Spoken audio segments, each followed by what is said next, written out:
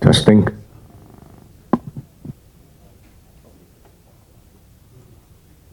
All right. As people are coming in, I thought I'd get the ball rolling here.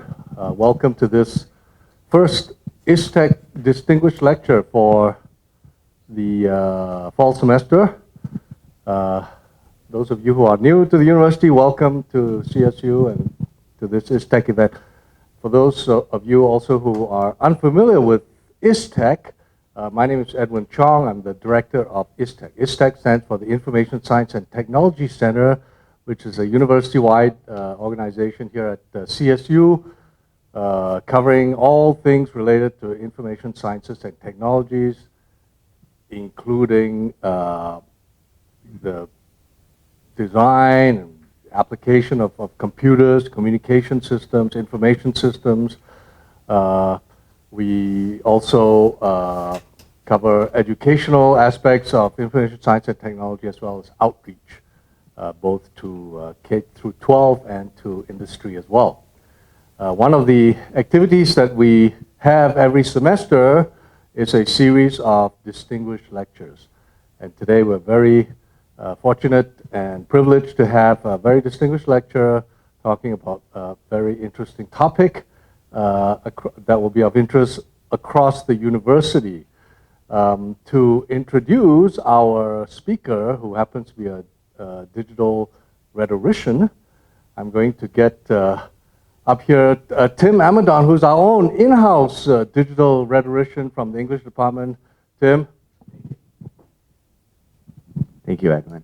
I just wanted to thank everyone for coming, and also the Information Science and Technology Center for sponsoring this talk, and also for bringing me in as an English person that looks at digital literacies with such open and welcome arms. It's one of my favorite groups of people to have conversations about technology with on campus, and I learned so much from the opportunity to work with you all. So thank you for being so welcome and generous. And I also want to thank Dr. Grable from Michigan State for coming up here today to speak with us and share some information and share some opportunities to think through what it means to work with tools and technologies in our lives and our societies. Jeff's work over 20 years in writing studies and has kind of constellated the fields of community writing. He's a community engaged scholar.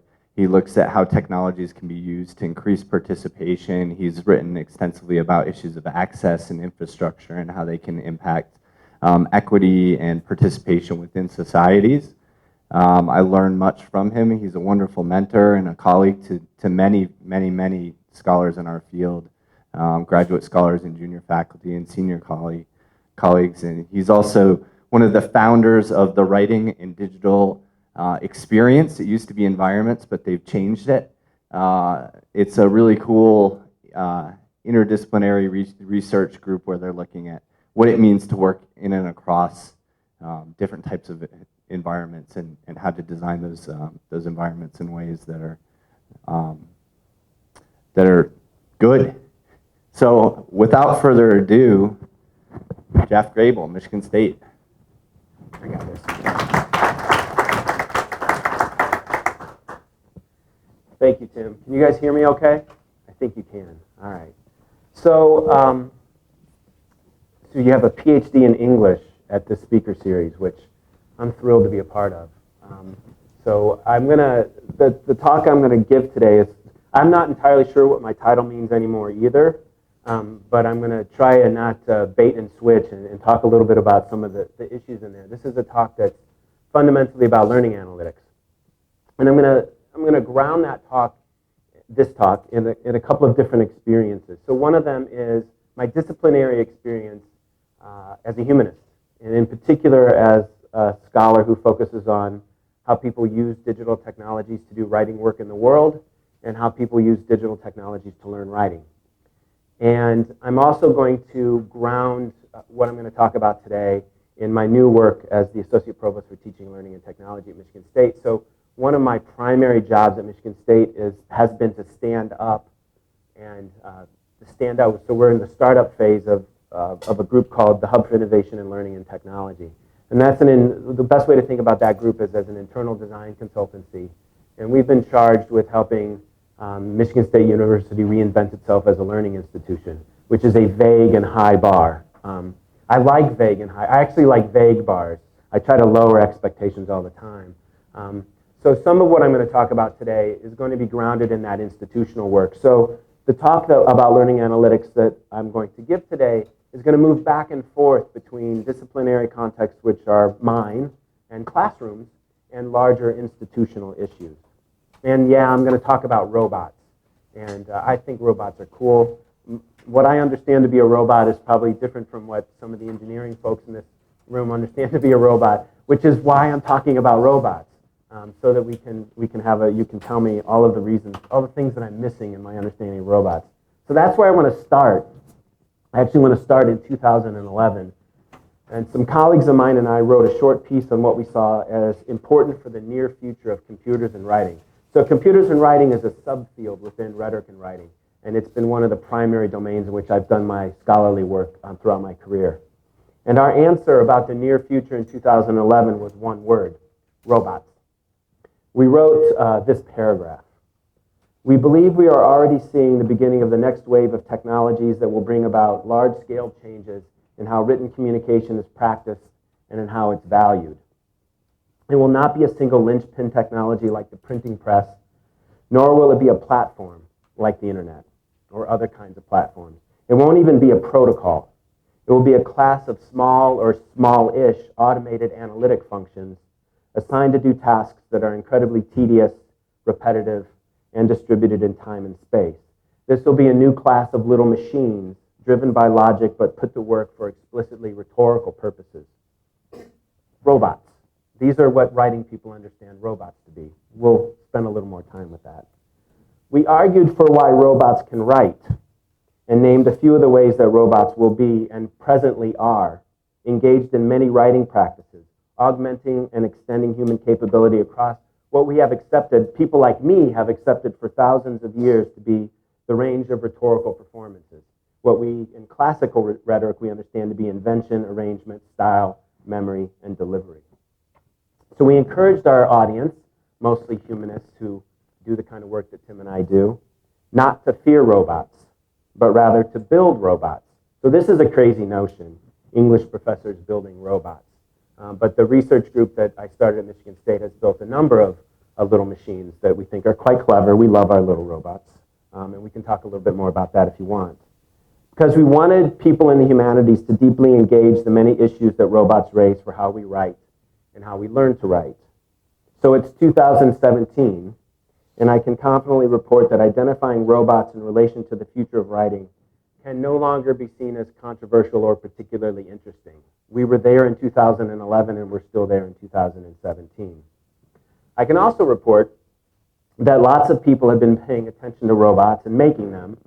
There are a great many robots designed to write and to teach writing. You have some of them in your classrooms on this campus. This is a domain of activity and an area of learning that many in my field have long felt and still largely feel are immune to the logics of automation. And that's one of the primary tensions. So speaking about robots and speaking about automation from the perspective of not just a humanist but a writing teacher puts me in a precarious position with most of my colleagues, because most of my colleagues understand the work that we do, particularly in the humanities and particularly in relationship to teaching writing, as immune to the logics of automation. They're wrong. And this gets me in trouble. With regard to technologies for learning writing, writing experts have largely ignored issues like machine intelligence. But for learning writing and other domains of learning as well. So I want you to think about what I'm saying about learning and robots and machines to apply broadly to domains of learning on this and every other campus. The notions of machine intelligence present some really interesting issues for us to consider. So I actually want to spend a little time there. This is the risky part for an English professor. So I'm going to stick my big toe into machine intelligence as applied to learning, and particularly to learning and writing, because that's where all the action is right now. So when we talk about little machines that are out there facilitating learning in a domain which for thousands of years has been regarded as exclusively human and is considered today to be largely exclusively human, this is one of the best places to see how machine intelligence does and does not fit with that work. So there are a number of ways. I've struggled for a number of years to come up with a way to help humanists in particular into understanding the relationship between machine intelligence and learning writing. So this is the story I tell them. So I'm going to tell it to you, and when I get done talking at you, we can unpack this because there's tremendous expertise in this room. So I want to focus on what became known as the Chomsky-Norvig debate. I'm not really sure how big of a debate it actually was, but it was an exchange that started at MIT during a celebration of work on artificial intelligence. And it happened at about the same time that my colleagues and I wrote about robots and writing, around 2010, 2011. And of course, as a humanist, I like historical symmetry, so I really like this fact. Chomsky, of course, is arguably the most important linguist of the 20th century, whose work is foundational to many machine learning approaches. So if you're in machine intelligence or machine learning, and you probably are working with Chomsky's linguistics, even if you're not aware that you're working with Chomsky's linguistics. Peter Norvig is one of the planet's foremost experts on artificial intelligence, but may be more well known as leading the research operation at Google, which I believe he still does lead. So here's my simplistic take on this debate. Chomsky wishes for an elegant theory of intelligence and language that helps us understand thinking and language. That's his entire career. He spent his entire career working on that particular problem. And he argues that only models help us advance science and human understanding. Norvig is said to believe in truth by statistics. The chase for models in Norvig's way of thinking, and he's not alone, is slow and probably misguided. With enough data, the thinking goes, we can solve real problems without modeling. We can solve them instead with what Norvig calls an algorithmic modeling culture. With regard to language, what we might call this Google approach is to use increasingly advanced statistical reasoning and techniques to produce real solutions to things like, in writing, stylistic analyses of writing, or to provide automatic feedback to students about writing based on what the machine can surmise from the discourse itself. The goal is not to develop a more sophisticated understanding of language, it's to try to build more powerful analytical tools. And all of this is directly relevant to writing and the teaching of writing, but it's, as I mentioned earlier, I want you to understand this is directly relevant to everything that we teach at the university. Let me briefly lay out a problem that takes up the position of Chomsky. So I'm going to take sides here for a minute. And I actually really don't take sides in this debate. I actually think this is a really interesting conversation about how to approach science and how to approach analytics and its application to lots of different kinds of domains. But for the minute, I'm going to be a humanist and take the humanist side and choose Chomsky. So again, he wants an explanatory theoretical model that enables science. And so in Chomsky's own words, which are sometimes hard to parse, we get this worry about the application of machine intelligence to language and to language learning. He wants more than better and better statistics. So this is the key phrase, right? You learn nothing about the language. Chomsky is referring to a discipline or a research community, right? He's interested in modeling that advances science. But it may be true that machine intelligence applied to something like writing provides us with new and genuinely interesting patterns and even predictions, but we learn very little about writing or learning to write. In other words, the analytic fruits of the machine intelligence tree are at the heart of any number of educational technologies. So if the whole point of an educational technology or a learning technology, and I'll try to unpack how I distinguish between those two, if the whole point in a writing classroom is to help human beings, teachers as well as students, learn something about writing, then this situation should be a concern. In other words, if the machine doesn't facilitate learning, then it isn't a useful machine for learning. It might be smart, it might be amazing, it might be lovely, but it's fundamentally useless. Or worse, and this is where I take up my colleague Les Perelman, who straddles the line between rhetorical studies and linguistics, who actually, I learned this from Les, he used to commute into, Les Perelman and Noam Chomsky are not small personalities, they're big, and they used to commute to MIT every day in the same car. I would like 1 week of that commute, that's probably all I could handle. But Perelman worries a lot more about this situation than even I do. So Perelman's worry and Perelman's critique of machine intelligence as applied to learning and writing is grounded in these 3 points. One, the software doesn't do what it tells students and teachers it can do. So most machine intelligence applications to learning and writing produce very high error rates, which students and teachers don't understand. And so it isn't the case that the companies selling these technologies are explicitly lying to schools and teachers when they market them. It's that we don't have a good understanding of what machine intelligence actually is and what it can and cannot do. And so we assume that the machine is doing things with students and with student writing or with learning in any domain that the machine actually isn't doing. And we have no understanding of error rates and false positives and all the things that we have to understand in trying to figure out what machines do particularly well in relationship to learning, what kinds of analytics are useful, and what kind of analytics we should be worried about. Furthermore, we know that machine intelligence as applied to writing in particular has to be trained on a fairly sizable corpus of writing. And that means that what the machine is good at is particular kinds of writing produced in particular kinds of contexts. And if we're not careful, and we see this all the time in K-12, the machine actually drives the pedagogy. That is, if the machine is really good at providing high quality feedback and analytics on these kinds of writing, then those kinds of writing are what is taught.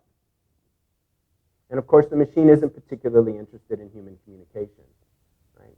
So I don't fault the machine or machine intelligence for all of these things. Well, I fault teachers. I fault educators for not taking the time. And I fault my field in particular, since I'm locating this in the field of writing, for not taking the time to understand this very complicated area and to put learning technologies and the analytics that they can provide in appropriate context. So when I talk to my colleagues in writing studies and in the teaching of writing, I worry a lot that what I have just shared with you, which sometimes I share with them, enables my colleagues to feel smug, right? We know better. We think. We're humanists, so we don't dabble in these sorts of machine-driven practices. These things don't really touch our students, but of course they do.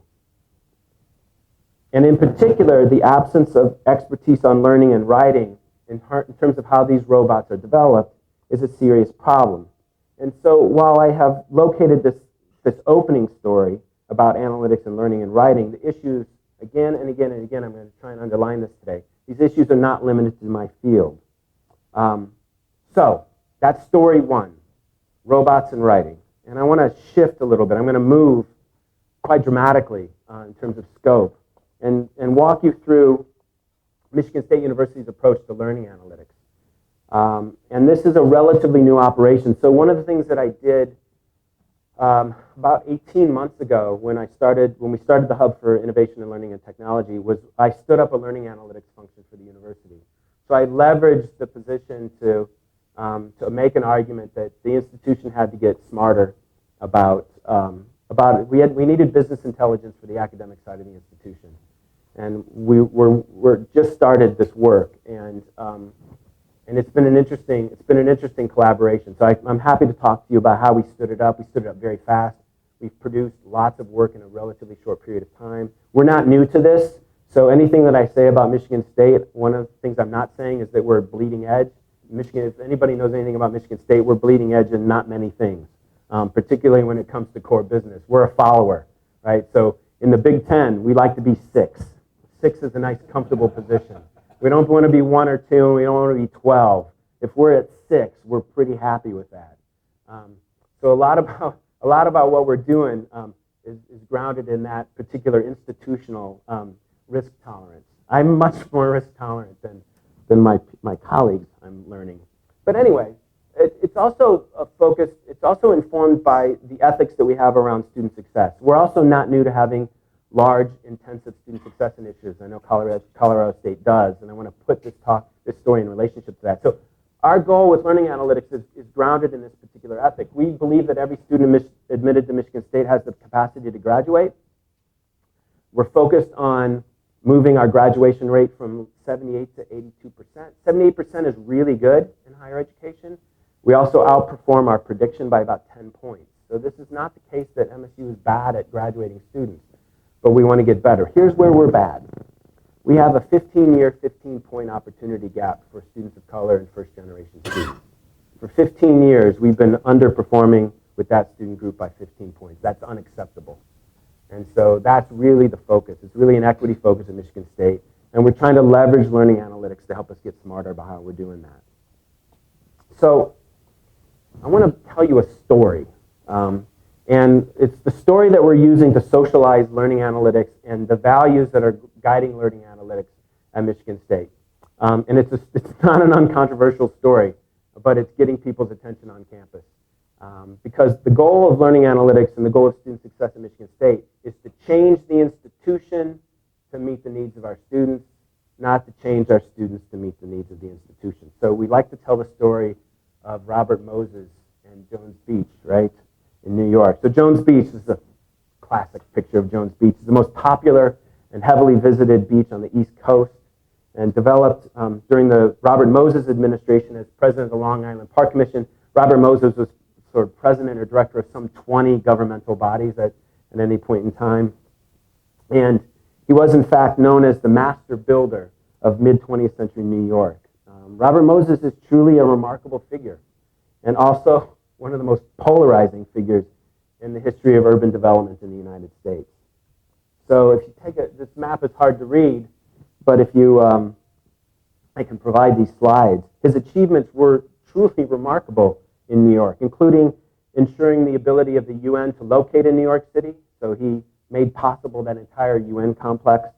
And most germane to this story, creating the parkway system that enabled New Yorkers, among many other things, to get to the new beaches created on the Atlantic. So those green lines are parkways, and I think Jones Beach is down there on the bottom right. So he created that entire parkway system, and as well as the beaches that the parkway system took New Yorkers to. So this is another great picture of Jones Beach. I like this picture because it's monumental, right? That is not a small beach, and the infrastructure required to get people there was not a small undertaking, right? Now, the key to the story are the bridges. This is a well-known story, right? And a complicated story. So as Sid Shapiro says here, Mr. Moses had an instinctive feeling that someday politicians would try to put buses on the parkways. He used to say to us fellows, let's design the bridges so the clearance is all right for passenger cars, but not for anything else. And so one of the many other design decisions that Robert Moses routinely made was to encode a set of class and race biases in the bridges themselves. Because you can't change a bridge after it's up. And what we have done at our institutions, my institution in particular, is create a bunch of bridges. Now, Moses deliberately created his bridges.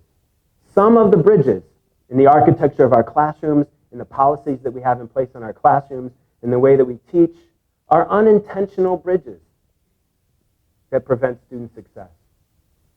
So the goal of learning analytics at Michigan State University is to use the analytic intelligence that we can derive from our data to identify the bridges and to take them down. So we're trying to uncover artificial barriers to student success, challenge the myths on which our curricula, our policies, and our practices are based. There's a lot of myth and lore we're discovering that is operational in policy and practice. We want to identify successful interventions, and we want to realize, if you think about those opportunity gaps, which students face particular challenges and for whom particular interventions are going to work. Right? Analytics, values, and institutions. So I want to walk you through one of our analytical approaches. And that's our credit momentum campaign, which is also not new, right? This puts MSU at 6 nationally, right? We're right in the middle. Right? So we're following a bunch of people who have deployed successful credit momentum campaigns. We don't want to be too risky or too crazy in East Lansing. But I want to use this credit momentum campaign, which we launched this summer, as an instance of what I mean by learning analytics to remove bridges or barriers. So here's what we look like. And there's two things about this slide that I want you to pay attention to, and that is 42% of our students are what we would classify as low credit momentum. So we're focused here on students completing 30 credit hours in their first year. Right? We have I'll show you in a minute, we have very good data at Michigan State and elsewhere that if students complete 30 credit hours in their first year, they graduate on time at stratospheric rates. So that's our focus. So the credit momentum is about 15 and 15 or 12 and 12 and 6 or what have you. But we're really focused on 15 and 15. And right now, as of last year and for the last few years, 42% of MSU students are what we would call low credit momentum. So we want to come back to that in a couple of slides.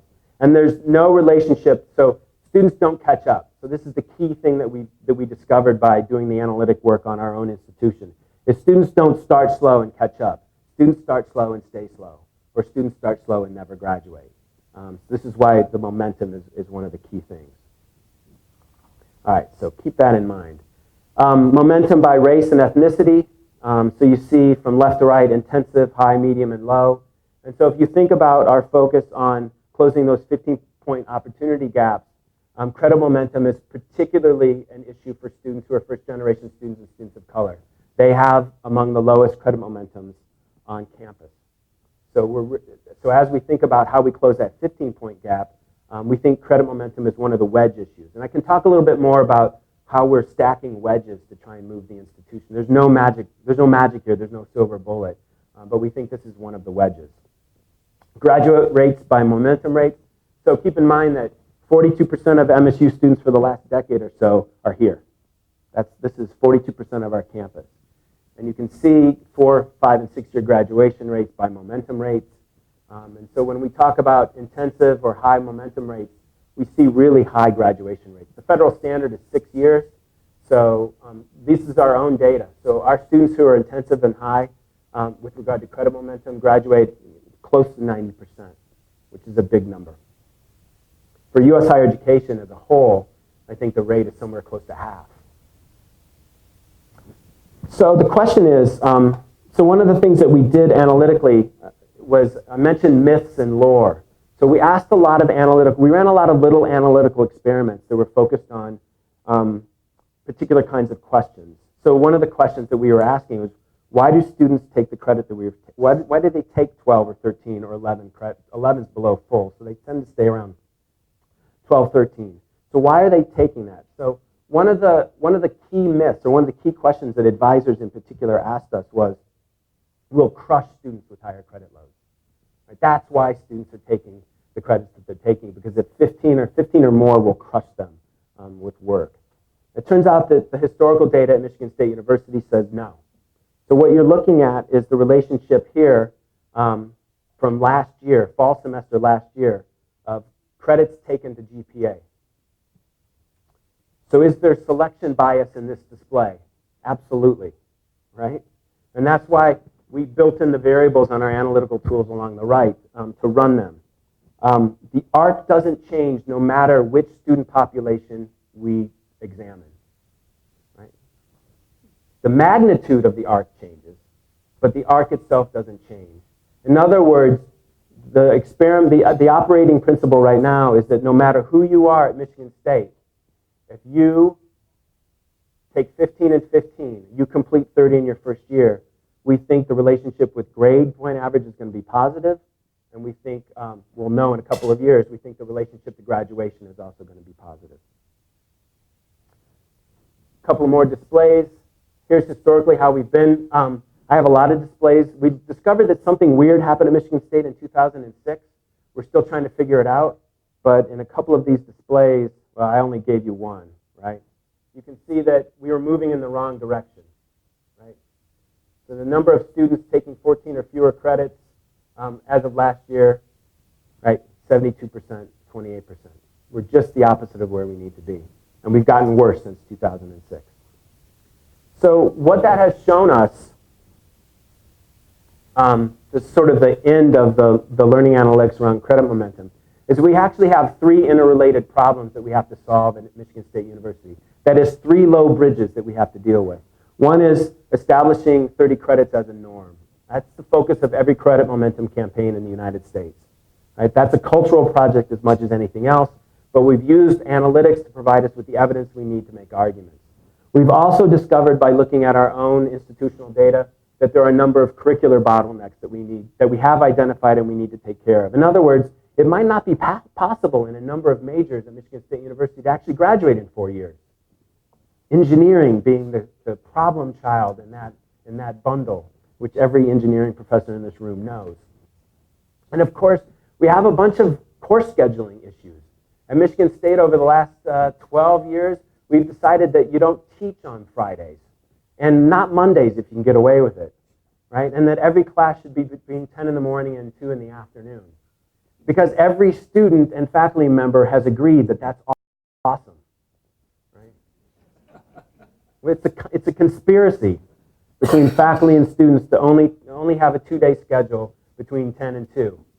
Right? But that makes it incredibly difficult, right, to offer the courses that need to be offered to get students through the institution when they need to get through. So we're still working on this. But this brings me to story 3. And that is back to the classroom. So we're all well-versed. We may all be well-versed. I'm happy to talk a little bit more about this with the focus on personalized and adaptive learning, which in U.S. higher education is talked about almost exclusively in terms of personalized and adaptive technologies. On this topic, I'm a fan of the recent writing of Michael Feldstein and his colleague Phil Hill, who are consultants, ed tech consultants in higher education, who write what you see on this slide. Most importantly, Feldstein notes that personalized learning is a set of things that you do, not a set of things that you buy. Such a claim introduces the technology pedagogy confusion that I think permeates the personalization and the adaptivity conversation. I actually think it confuses every single conversation we're having in higher education right now about educational technologies. Feldstein and Hill are correct on 2 fronts. Personalized learning is a set of teaching practices, and the phenomena it addresses is better thought of as under-personalized teaching.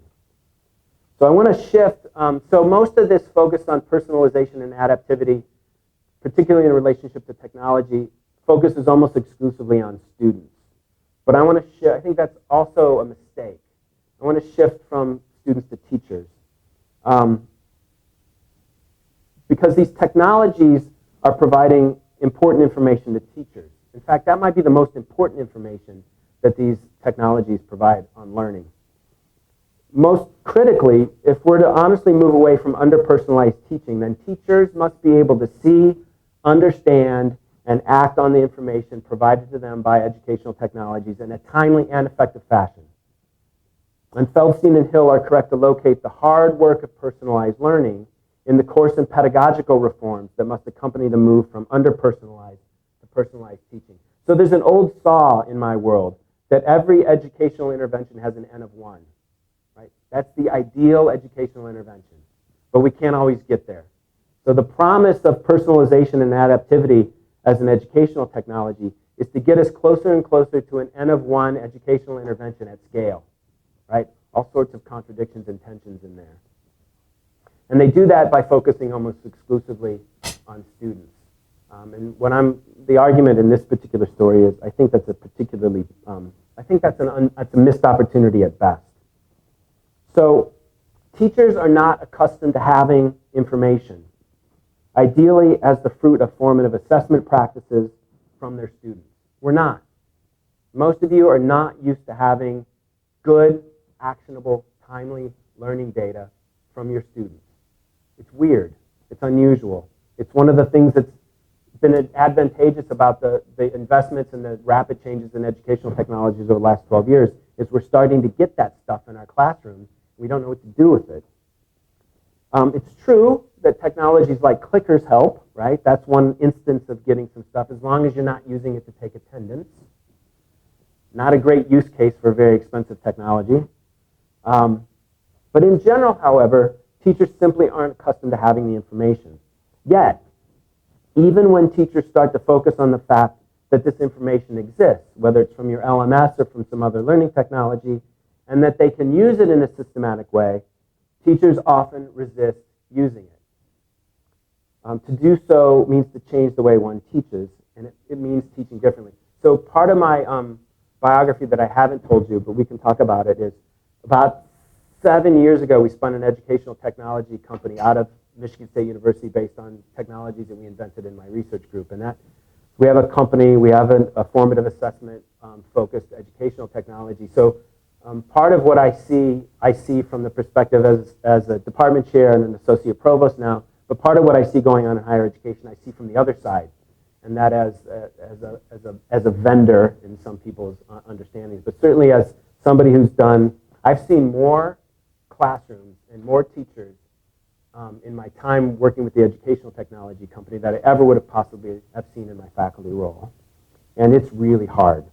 I get it. I get how uncomfortable it is to teach differently.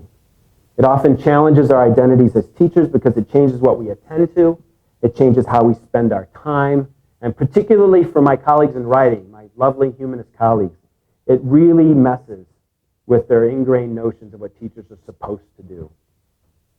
To become a personalized teacher, however, means to double down on the practices that we already use to provide personalized attention to students, but to do so based on the insights of learning analytics. This is the tension. This is the hard part. So let me name quickly some categories of teaching practice that might be familiar to you. I'm going to put them in an unfamiliar language, but that are actually really tightly associated with the good use of learning analytics in the classroom. So one is called sweeping across the class. It's a bundle of teaching practices that are sweeping practices. The other is leaning out so that students can learn from each other. And the third is leaning in. So I'm going to unpack those really quickly. These are teaching practices that are not new, but I'm putting them in relationship to learning analytics in a slightly different way. So sweeping entails identifying trends and patterns in the information and student learning. I don't know how many of you identify trends and patterns from whatever learning analytics you have in your classroom. My guess is it's not that common, but it can be really powerful because once trends and patterns are identified, teachers can share those patterns with students. That's a novel idea.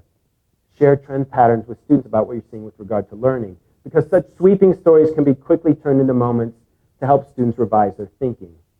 Leaning out is to work on peer learning in your classes, which is almost never paired with personalized learning. So peer learning and personalized learning tend to exist in different spheres. I think that is also a mistake. Those things should be put together because those same streams of formative information that produce patterns for a teacher to sweep across the class provide opportunities for students to learn from each other. In other words, high quality, personalized learning driven by analytics should enable humans to engage with each other, not with the machine. And I'm happy to talk a little bit more about that. My notion of adaptive learning, which we're trying to implement widespread at Michigan State University, is that the adaptivity we don't want is for students to get some feedback that they're struggling with a particular concept and they go to a machine to get more drills about a concept, more problem sets, more opportunities to read the textbook.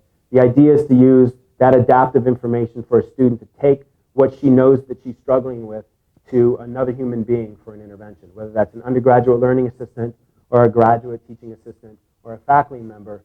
We're trying to use analytics and digital technologies to facilitate more high-quality human interactions than fewer human interactions. And leaning in are the things that teachers like to do, right? Commenting on student thinking. And two things that we've seen with the writing technology we created, which are really powerful, and that is, wouldn't you like to know which 4 of your students are struggling right now in your class? I would. And if we can provide teachers with those kinds of learning analytics, that's the kind of analytic power that drives personalization in teaching. And we have precious few technologies that allow us to do that. Here's the connection to student success. At Michigan State University, and I'm sure it's true here, we know that if we don't identify the students who are struggling in their first 4 or 5 weeks of the semester, we will lose them. That is, that 15-point opportunity gap we have to close. If we wait until Christmas break, holiday break, to identify those students, it's too late. They may not come back. So we know by week 4, we want to identify in classes which students are going to leave us at the holiday break and make an intervention by week 5 or 6 so that we don't lose them. That's how fast we must know which students are struggling in our classes. And this is the virtue of learning analytics cascading across an institution. So quickly, the last part, educational technologies versus learning technologies. So I'm using a distinction here that comes from Shoshana Zuboff's old sociologies from, Age of the Smart Machine. That's an old book now. About some of the first waves of the impacts of automation on labor. And she talks about technologies that informate and technologies that automate. We see the same dynamic in higher education right now with regard to educational technology. So this is my table of bad robots and good robots. So bad robots are explicitly engaged in the practices of automating teacher work, right? So any teaching work that can be returned into a routine can be automated. And I would argue it should be automated. Right? I get in trouble with my colleagues when I say things like, if you can be replaced by a robot, you should be replaced by a robot. That is not the kind of teaching I want to see at Michigan State University, right? But some of those bad robots are engaged in replacing teachers for reasons that I don't agree with. They're focused overly much on testing or summative assessment. They tend to deprofessionalize teacher work. And sometimes most perniciously at all, they're sold to K-12 education in particular, but also in higher education as free. There is no such thing as free. You are paying, somebody's paying that tab. And you may not know how you're paying that tab. So those, to me, are the indicators of bad robots. Good robots, the kinds of robots I like to make, right? Add value to teacher work, focus on teaching, focus on formative assessment, focus on learning, require not only professional teachers to be used well, but they require teachers to professionalize. That is, you have to invest. The institution has to invest in the effective use of learning technologies, and individual teachers must invest in their own professionalization in order to realize the kinds of benefits that I've been scoping out today. So those of us committed to student learning and success and the use of technologies to facilitate student learning and success must also commit along these lines to a vision of what that looks like and to a set of values that ought to animate it. And so ultimately what I'm arguing today is that learning analytics in the classroom and at the level of the institution should enact a set of values that look something like this. We should be focused on changing institutions, not changing students to meet the needs of institutions. We have an obligation to use learning analytics to inform and drive necessary changes. This puts me at odds with some of my colleagues in the humanities who think we can opt out of learning analytics, that they're bad, that there are only bad robots, there are not good robots. I think that is seriously misguided. We have an obligation to be smarter as an institution and to be smarter in the classroom. One of the things I didn't talk about in terms of Michigan State's approach is that we're focused much more on description than prediction. So most of the conversation nationally about learning analytics is focused on predictive analytics. Fine. I actually think there's a tremendous amount of work to be done at Michigan State which will make us a different institution simply with description, simply with understanding who we are and what we're doing and why we're doing it, identifying those bridges and taking them down. We're doing some predictive work, but I'll be honest with you, it's much less compelling right now than the descriptive work that we're doing. And in that regard, we're just as interested in what we might think of as small data than big data. So we are not among those institutions that's enamored right now of big data predictive learning analytics. We'll get there. We have about 10 years of work to do probably just by understanding our institution in a better way and running better descriptive experiments analytically. 4, evidence-based pedagogical practice must drive learning design decisions, right? Not the features of technology. And we must have a learning design conversation on campus. This is part of the new thing that I am doing at Michigan State University, and it's really hard. Helping the campus understand that every single learning environment we provide to students is designed and can be designed differently. And that what should drive those design decisions is evidence, and not myth and not lore. And 5, pedagogical practice is where the rubber hits the road. We must value and we must support innovations in learning and in teaching because it's in those classrooms where the institution is going to change. So I think this domain of intellectual work is where the most important action is right now in higher education. Our students need us to create better versions of Colorado State University, and they sure need us to create a better version of Michigan State University. Our colleagues in classrooms need to be challenged. They need to be challenged to innovate, but our colleagues need to be supported as they iterate their way to success. Because fundamentally, it's that relationship with students and in the service of learning that is the key to institutional change. Thanks for your time.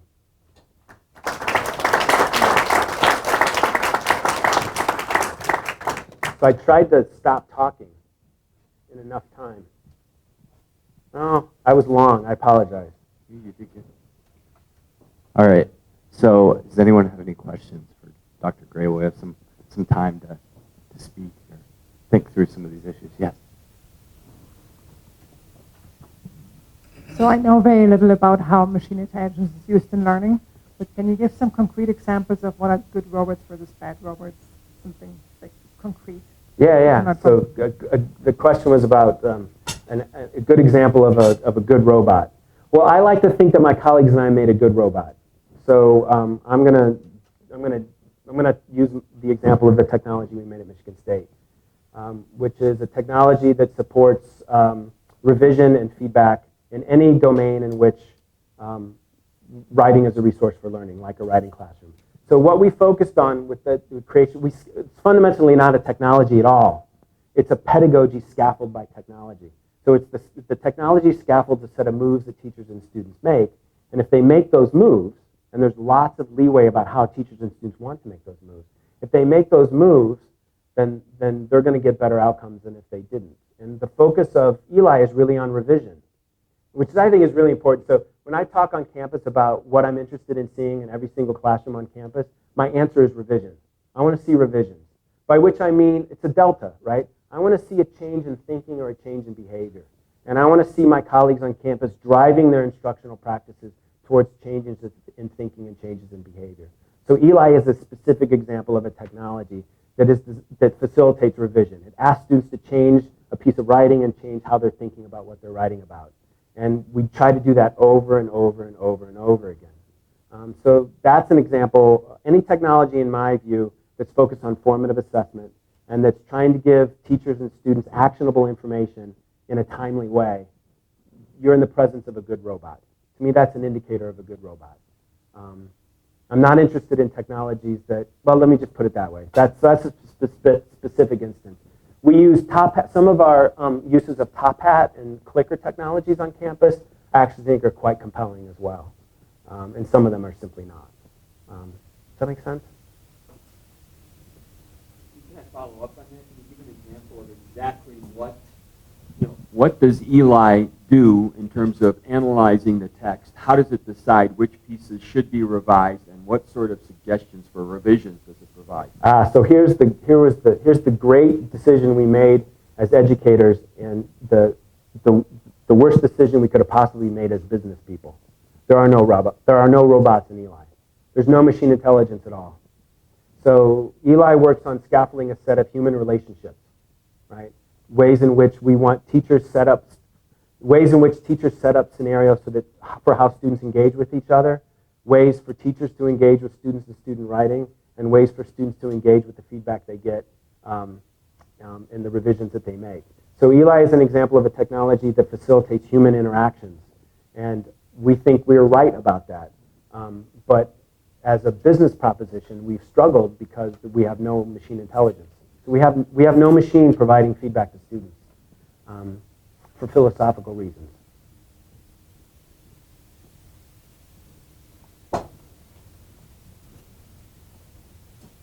So in one of your earlier graphs, if I heard you correctly, you sort of drew the conclusion that taking more than 15 credits doesn't harm your GPA. Did I hear you right? Yeah, so this is the display. Well, it does. It can if you take too many, right? Actually, it doesn't. It doesn't at all. There are some instances in which this arc doesn't hold. There are some instances in which this arc doesn't hold, but this arc holds. The magnitude changes, but this arc does hold. This is MSU's historical data. So yeah, that's what we think is true. So I could be misunderstanding, I guess, what this graph says, but why does that mean that, for example, if some of the people who are currently taking, I don't know, let's say 13 credits right now, moved and took more than 15 credits, how does this tell us that their GPA will not get worse? We don't know. Okay. Right? So so I talked about we're dwelling right now with our analytics at the level of description, right? Which means we're fundamentally being historical, right? And we haven't ventured predictions yet because we don't think we have the data. There's reasons why we don't have the data. By next year, we'll have the data, but we don't have our own algorithms to produce predictions. So this is a really interesting question because what we've done is push the credit momentum campaign based on other institutions and our own history, and we don't know what the outcome is going to be. We'll know by winter break. We're going to know what this data looks like for fall semester, and it may turn out that we're wrong. It may very well turn out that we're wrong, and if we're wrong, we're going to iterate. I think I'm loud enough. Just to follow up on Ed's question and your answer, when you say you're wrong, do you mean that gaining credit momentum could help a cohort, but drop the ball on an individual? Is that something that you're wrong? I love that question, right? So the question. So this is one of the things that we worry about. So I'm going to answer the question in this way, because this is a terribly important values question. Where MSU right now is doing prediction is in advising. So we're doing proactive advising driven by some predictive analytics that we don't own. They're actually black boxed by a company called EAB. I'm not really sure whether you're doing that at Colorado State and who might be providing. Civitas, EAB, there are people. So we're doing some predictions, right? And one of our worries is that what those analytics tend to provide to advisors is that given this student's demographics, right, given what we know about who she is and where she comes from, she, as a type, as a class, she's going to struggle with the major she's chosen. Right? This is a common scenario, right? So then the question is, do you advise that student out of that major? No. No, you don't. No, because that student at the end of the day is an individual, right? She has this very specific history. She's a very concrete human being. What we do is we provide that student the support that she needs to be successful in that major, right? So this is our worry about prediction, and also our worry about everything that I've shown you about our institutional and learning analytics. Because at the end of the day, we have 50,000 individuals whom we have to understand as individuals and engage with as individuals and love as individuals, which is why I ended by talking about the classroom. Because the institutional changes that we want to see, and that I absolutely want to see, are grounded in the relationships that faculty have with students. Because we know from the Purdue surveys, the Purdue Gallup surveys, I love this survey. It's a big historical data set in which they asked successful graduates, what was it about, if anything, what was it about your undergraduate experience that helped you be successful? And there's like 2 answers to that question. I had a faculty who cared about me as a human being. Right? I had a faculty member who helped me achieve my dreams and goals. Nobody ever says, I learned physics. Or content was delivered to me in a seamless and beautiful way. Nobody ever answers that question in that way because it's not true. So the best thing when I get in trouble sometimes, but the thing that I say when I get the opportunity, when they let me talk to the faculty at large, is care about and for your students and understand them as individuals. Every intervention has an N of 1. So that is, I believe that has to drive what we're doing at Michigan State University. And this is really hard because this can be compelling, and we can forget that the individual student doesn't necessarily fit the pattern. Does that make sense? That's a great question.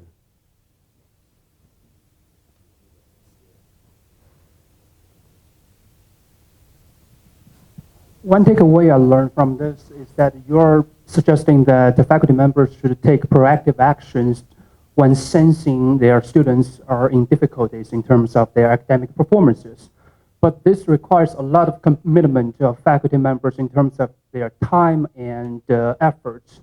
We've already known that the faculty members are typically feel like their regular day of time is consumed by administrative efforts, research obligations, not even mentioning social responsibilities. Do you think putting another layer of commitment on their shoulders will be the last straw that breaks camel's back? Yeah, that's a great question. So I want to argue a little bit with the question. We're not adding anything to a faculty member's job. We're asking them to do the job that they've already been given, but maybe to do it in a slightly different way. So that kind of change management work is the pain and suffering of my current job. Right? So the key is there's a lot of wedges, right, to help faculty do the kind of work that I certainly want the faculty to do at Michigan State. But also, so here are some of the wedge issues we have to deal with. One is we have to help. This is why evidence-based learning design is so important to me, because one of the conversations to have with faculty, that we do have with faculty, is teaching a little bit differently than they do now. So I know in my own domain of writing instruction, most of my colleagues waste a lot of their time. They do a bunch of things in the classroom that have no impact whatsoever on student learning. And they do them because they've always done them, or they do them because they were taught that way, or they do them because they just feel comfortable. They have confidence in those pedagogical moves. So one of the things that we're doing is try to help faculty members be more effective and therefore more efficient. So there are some efficiencies that we can achieve. Some other things that we can do in the domain of learning design is think more carefully about teams. That in some courses, in some areas, we actually have implicit team-based teaching, right? So in math, we have undergraduate learning assistants and graduate teaching assistants and faculty working quasi-independently. Well, what would happen if we actually asked them to work more coherently as a team? This can take, done well, this takes some responsibility off faculty members' shoulders and allocates it to other members of the team. I think technology, this is why I think learning analytics are very powerful, can give faculty members some shortcuts. So if I know based on a feed that I actually have 3 students who are really struggling right now in a class of 20, right? That means 17 students don't need my attention right now, but 3 do. And so there's lots of ways in terms of the design of curriculum, the design of instructional teams, professional development of faculty that we can do to make faculty be more effective and more efficient. But on the front side of that is an investment of time and energy that faculty members, the activation energy to get faculty over that hump sometimes is really high. There's no easy answer to that question. But the cultural argument I'm making at Michigan State University is teaching is not an additional responsibility for most of our faculty. It's their job. Do we have time for one more? Or Yeah, okay, maybe let's do one more. Okay. Great, excellent talk, Jeff. Really excellent ideas. I wish our whole faculty council was here to hear this. But my question is about the importance of peer review, having peers evaluate each other. It's easy to do in a class of 20. I've also seen our class sizes have been creeping larger and larger as enrollments have increased. How do we scale that peer review in larger classes? Yeah, so there's a couple of ways to do that. And usually it's some form of, and there are a couple of educational technology providers out there that have platforms that do that. And it's really a matter of, you can train students at scale to read texts in particular ways. So it's a solvable problem. At scale, depending on the training techniques, it has, in my view, the benefits are not as extraordinary as I would like them to be, and it takes time to train students to do that. So it's the same basic logic and set of techniques that the College Board used to use to train faculty members to read thousands of GRE exam essays, right? You can get really high reliability. It's the validity of it that I worry a little bit about. So it's a solvable problem, but it takes some time and energy to do that. And I'm happy to point you in the directions of technologies and people who can help with that if that's interesting to you. All right, just a couple more things before I let you go. The first is maybe you want to make a quick announcement about the second talk. Yeah, so at 2 p.m. in Lori, 372 to 374, Jeff will be giving another talk that kind of piggybacks off of this talk. So there's some cohesion, but it kind of expands in some interesting ways on what this means for teaching. I'm going to talk about surgical teams. Yeah. And how surgical teams learn to use new technologies in surgery, and what we might learn from that as faculty. I'm going to make some stuff up. Well, we're going to end with just a presentation of a little token of appreciation. Wow. I'm going to read from the Okay. plaque presented to Jeff Grable. In appreciation for your information science and technology, ISTech Distinguished Lecturer, Colorado State University, September 11th. 2017. You guys are good. Thank you so much. Appreciate it. Thank you. Thank you all. And thank you for being here. It's generous of you to be here today. Thank you.